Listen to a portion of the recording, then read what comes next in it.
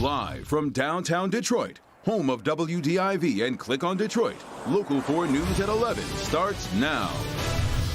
We're in for 24 hours of precipitation. Find out how much of this is going to be rain and snow and what that means for both of our Friday commutes.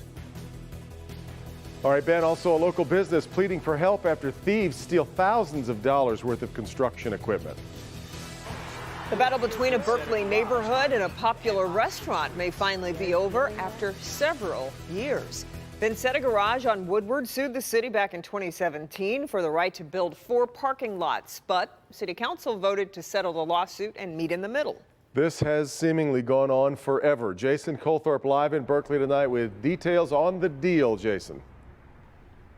Really, since it opened, Devin, and anyone who stopped at Vinsetta Garage to grab a bite since it did open in 2012 has felt this. You can almost not find a parking spot in the front or the front lot that it has. So what often happens is folks go down those 2 side streets, and sometimes they go pretty far down and find themselves parking in front of someone's house. Well, the neighbors don't like that. They also didn't want to see 4 brand new parking lots just popping up in their neighborhood. So the city made a deal it thinks is the best one for everyone. I honestly think this sets a bad precedent to allow a business to bully us this way. It was a chance for Berkeley residents to freely speak their piece one last time. And who did you consult to tell you that? Our expert planning witness in the litigation. They can't park there because Vinsetta's taking up all of their parking spaces. Most live near Vinsetta Garage on Eaton and Oxford Streets. We are dealing with an organization where you give them an inch and they take a mile. We would rather see you fight and lose than settle for this deal. But City Council voted 8-0 to both settle the lawsuit brought by Vinsetta and allow it to build 2 parking lots instead of the 4 it wanted.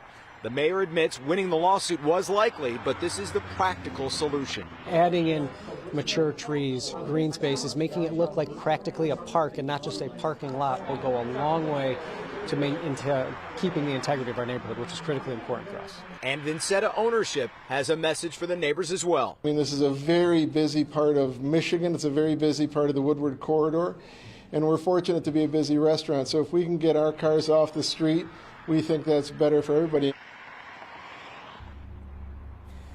Those other 2 properties, by the way, that they wanted to make parking lots, Vinsetta has agreed to build 2 new houses.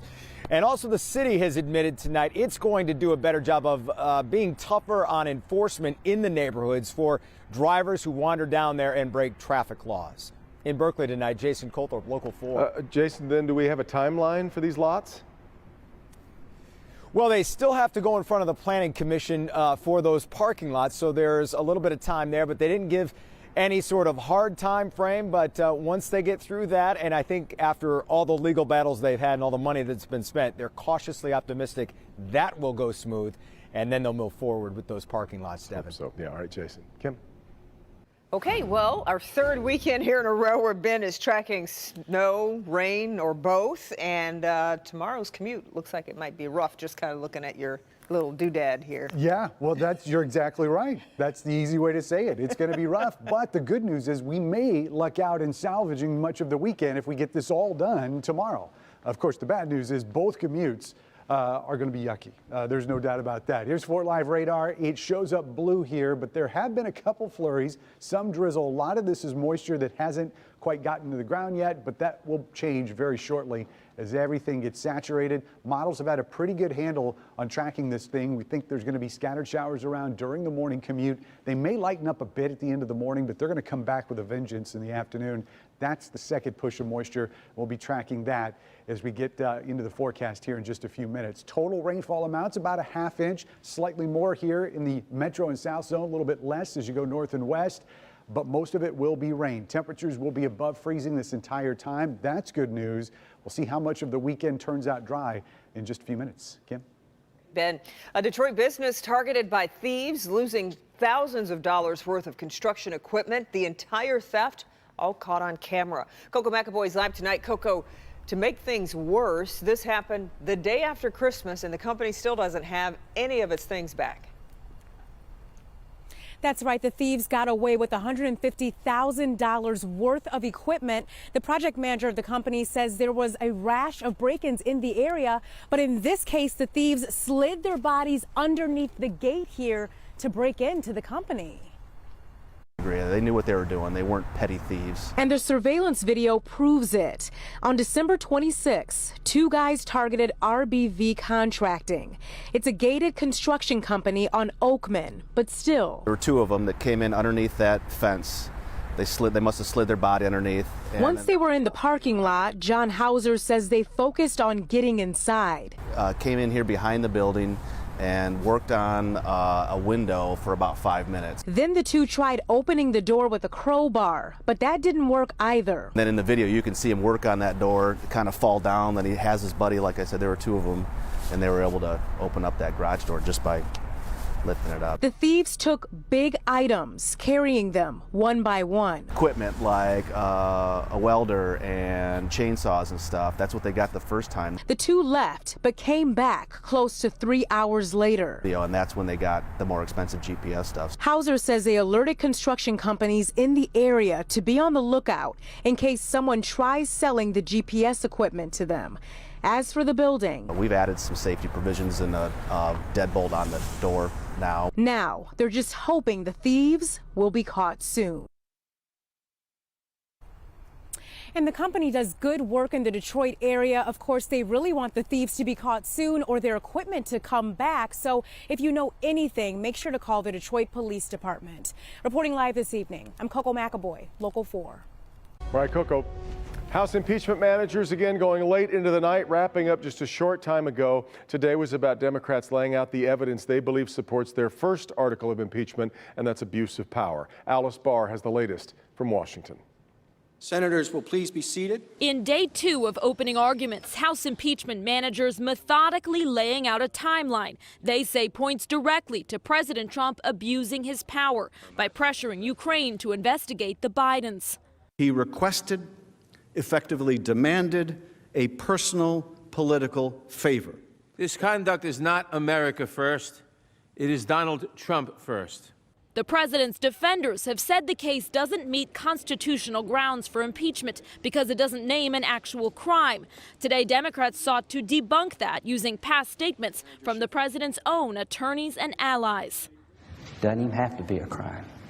It's just when you start using your office and you're acting in a way that hurts people. That was Lindsey Graham during the Clinton impeachment. Today, the senator saying no to new witnesses. I want to end this thing sooner rather than later. And as Republicans complain they're not learning anything new from opening arguments, we heard the same stories, the same videos. Democrats slamming them for voting against early motions to bring in new documents and witnesses. If they want new stuff, there's plenty of it. House managers have the stage for one more day tomorrow, expected to focus on the second charge, obstruction of Congress, before the Trump team takes over. We will be putting on a vigorous defense of both fact and rebutting what they've said. That long-awaited defense of President Trump begins on Saturday. Alice Barr, Local 4. Trial expected to begin again tomorrow, though, with the House side, the Democrats on the House side still continuing their case. It begins tomorrow at 1 p.m. You can continue to watch it here on Local 4, and we're streaming it on clickondetroit.com. State health officials are investigating possible exposure to tuberculosis after a healthcare worker tests positive for the disease. Patients at 3 local pediatrics offices in Macomb and Oakland counties may have been exposed between April 1st of last year and January 9th of this year. The healthcare worker diagnosed with TB spent time at the Lakeview Pediatrics locations in Macomb Township, Rochester, and St. Clair Shores during that time. Our Dr. Frank McGeorge says anyone who receives notification of possible exposure needs to take it seriously.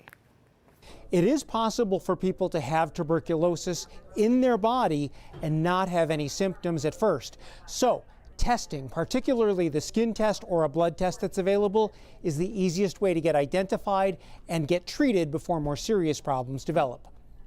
Well, for information on symptoms and how to schedule testing, just head to our website, clickondetroit.com, under the health page. A Detroit man is facing first-degree murder charges after police say he killed an 85-year-old man. Carlos Terry was arraigned this afternoon after police say he robbed and murdered Albert Wright. Police found Wright's body bound and gagged inside a metal cabinet inside his home after they went to perform a welfare check. Wright had not been seen for several days. Terry was also at the house and was arrested. Detroit firefighters will face internal charges for posing in front of a burning home on New Year's Eve. All the firefighters involved have been charged with exhibiting ignorance of the rules of order. Additionally, 4 sergeants have also been charged with failure to properly supervise or take the appropriate action. The controversy started earlier this month when the picture surfaced of firefighters posing in front of a house engulfed in flames. It was later determined the home was not vacant. Still ahead, it is a number all of us rely on. And new tonight, why every credit score is going to change, and for many, the number is going to take a hit. We'll have that coming up, and police officers are called to a college classroom, and it was the professor who dialed 911. What one of his students was doing that sparked the confrontation. But first, one person arrested after a shootout down Michigan Avenue. New surveillance video shows the moment the gunfire started. We've got that next at 11. They're turning business ideas into reality. I'm Ebrod Cassimy. Tomorrow at 6 a.m., we'll show you who's helping entrepreneurs start their companies and turn a profit. Defender Karen Drew is committed to defending the environment, uncovering the stories, fighting for change.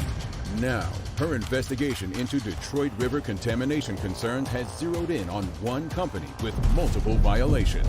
Dock collapses, contaminated soil gets in the river. How in the world does that happen? That the blight tickets are issued right when we started reporting on the story. Coincidence? You've got somebody who owes $62,000 and nobody knows. Certainly we take a share of responsibility. Local 4 and click on Detroit.